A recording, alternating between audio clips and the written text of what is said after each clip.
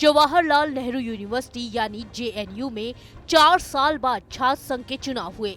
Left और ABVP के candidates के बीच जबरदस्त कांटे की टक्कर के बाद बाजी लेफ्ट के पाले में चली गई।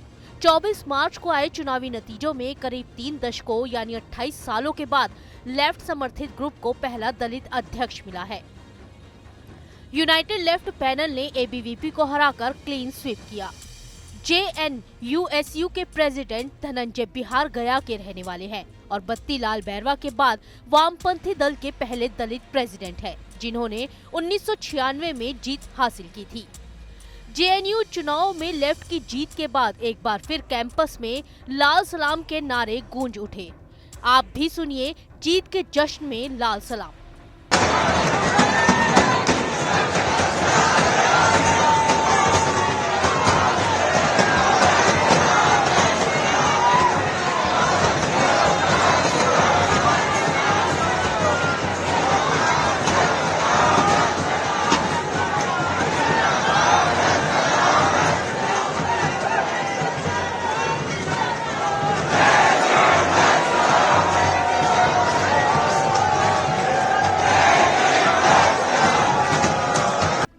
अपने जीत हासिल करने वाले धनंजय का वेलकम उनको सपोर्ट करने वाले स्टूडेंट्स ने लाल सलाम के नारों से कैसे किया।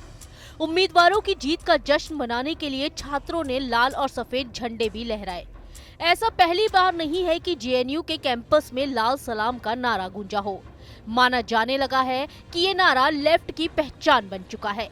आखिर वामपंथी विचारधारा के लोग लाल सलाम ही क्यों बोलते हैं?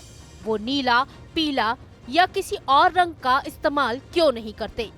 लाल सलाम नारा है क्या और इसका मतलब क्या है? इस नारे के साथ जेएनयू में विवाद आखिर क्यों पैदा होते रहते हैं? तो चलिए आपको बताते हैं। दरअसल लाल का मतलब क्रांति होता है, सलाम का मतलब सलाम यानी किसी का अभिवादन करना होता है। मतलब वामपंथी विचारधारा के हिसाब से ये हुआ क्रांति को सलाम। भारत में ये शब्द नक्सलवाद, माओवाद और वामपंथ से जुड़े लोग इस्तेमाल करते हैं। कभी कभी इसे सूक्ष्म सलाम भी कहा जाता है।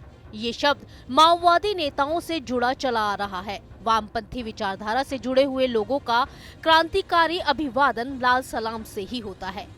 राजनीति में अक्सर आपने वामपंथी और दक्षिणपंथी शब्द सुना होगा, लेकिन वामपंथी और दक्षिणपंथी दोनों में विचारधारा का फर्क है।